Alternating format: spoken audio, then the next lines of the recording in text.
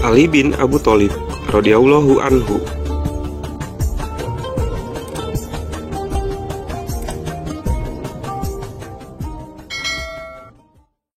Nama lengkap Ali adalah Ali bin Abu Thalib bin Abdul Muthalib bin Hasim bin Abdul Munaf bin Qusay bin Kilab bin Murrah bin Ka'ab bin Lu'ay bin Ghalib bin Fihr bin Malik bin Nadr bin Kinanah.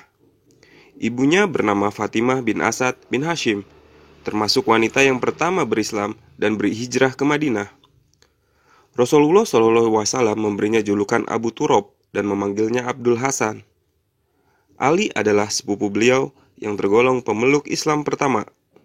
Bahkan dia menjadi menantu beliau usai menikahi Fatimah. Ali menikahi Fatimah Az-Zahra binti Muhammad yang kelak dijadikan olehnya pemimpin para wanita di surga. Dialah khalifah keempat pengganti Utsman bin Affan. Putra Abu Thalib ini juga ayah dari dua cucu kesayangan Rasulullah, yaitu Al-Hasan dan Al-Husain.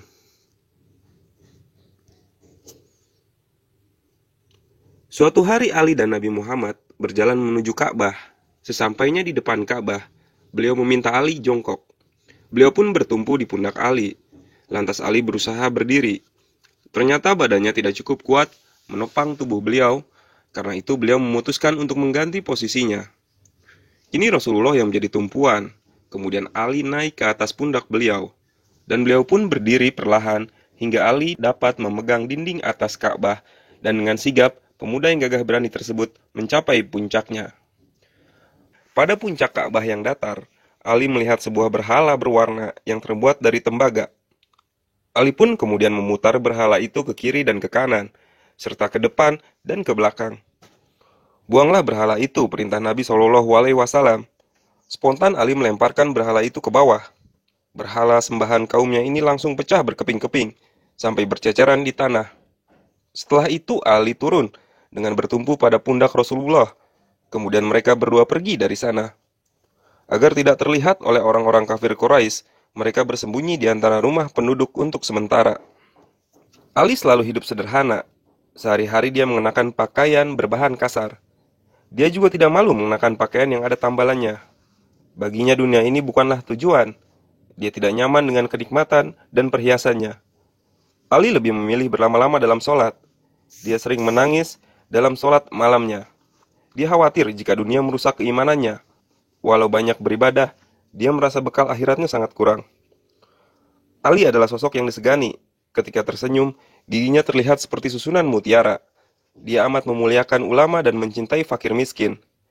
Di hadapan dirinya, orang kuat tak sanggup bertahan dalam kebatilan, dan orang yang lemah takkan berputus asa dalam kehidupan mereka. Ali baik pada siapa saja walau dia menantu Rasulullah. Suatu hari, Ali ingin membeli pakaian di pasar. Dia menawar satu baju kepada seorang pedagang tua. Karena mengenali sosoknya, orang tua itu memberikan diskon. Tapi Ali memilih batal membelinya. Dia menemui pedagang lain.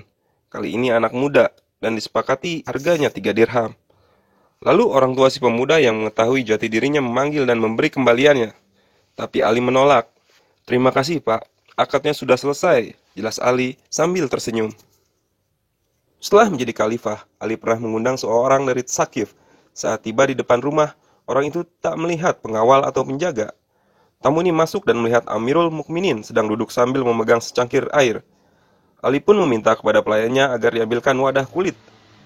Tamunya mengira isinya adalah permata. Ternyata saat dibuka, isinya adalah gandum. Diambilnya sedikit dan dituangnya ke dalam gelas, lalu diberi air lagi dan diminum. Ali pun membagi sebagian untuk tamunya.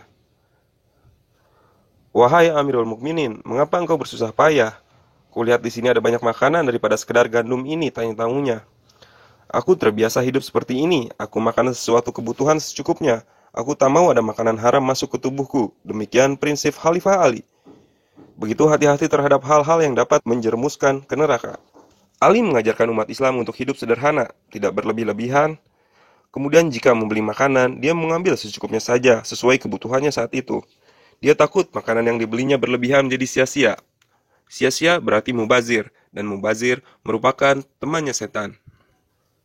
Ali terdidik dengan sifat-sifat luhur dan mulia. Di bawah asuhan Rasulullah, putra Abu Thalib ini dikenal memiliki tanggung jawab atau amanah yang kuat. Ini sudah tercermin sebelum dia menjadi khalifah. Ketika hijrah ke Madinah, Rasulullah meminta Ali mengembalikan semua barang titipan kaum Quraisy. Namun beliau sebagai Al-Amin, orang yang dipercaya, tidak pudar sebab Ali menjalankan amanahnya dengan baik. Dikisahkan pula bahwa ayah Harun bin Antarah menemui Khalifah Ali. Saat itu Ali mengenakan pakaian dari berudru yang sudah usang. Wahai Amirul Mukminin, sesungguhnya Allah sudah menetapkan bagian untukmu dan keluargamu dalam harta di Baitul Mal. Kenapa penampilanmu masih seperti ini? Tanya Harun. Aku tidak akan mengurangi harta kalian sedikit pun. Cukup bagiku memakai kain beludru yang sudah kukenakan sejak keluar dari Madinah, jawab Ali. Ali pernah sholat dalam Baitul Mal. Dia membersihkan tempat ini terlebih dahulu, lalu dia melaksanakan sholat 2 rakaat.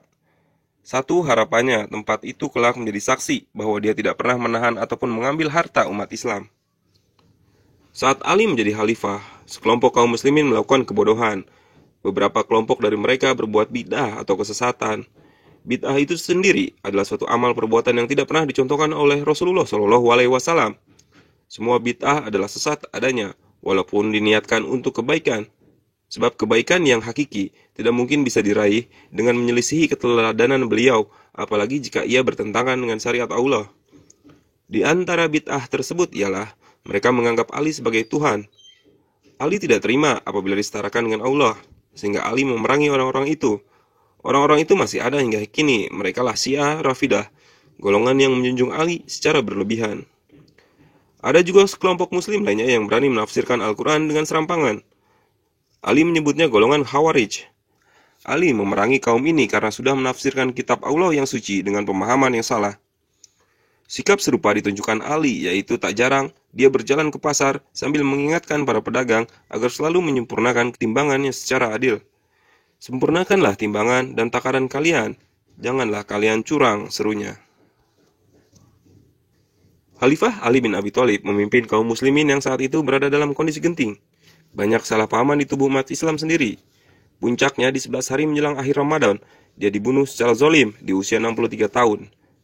Al-Hasan, putra Khalifah, mensolatkan jenazah ayahnya, lalu menguburkannya di Kufah, di salah satu sisi istana kerajaan. Letak kuburan Ali disembunyikan oleh para sahabat, agar kaum Khawarij tidak membongkarnya, juga supaya kelompok Syiah Rafidah tidak menyembahnya, hingga pihak keluarga memutuskan untuk memindahkannya menuju Madinah. Dikisahkan bahwa jenazah Khalifah Ali dimasukkan ke kota kayu, lalu diletakkan di atas unta, dan dibawa ke Madinah. Ketika tiba di kota Toi, para pengantar kotak jenazah sengaja membuat unta itu tersesat. Mereka melepasnya begitu saja malam hari. Esok paginya, penduduk kota menemukan unta yang tersesat. Mereka mengira kotak itu berisi harta karun. Betapa terkejutnya mereka, ternyata kotak itu berisi jenazah. Mereka pun segera menguburkannya, lalu unta tadi disembelih dan dimakan. Semoga Allah merahmati Ali bin Abi Thalib, sahabat terdekat Nabi, khalifah keempat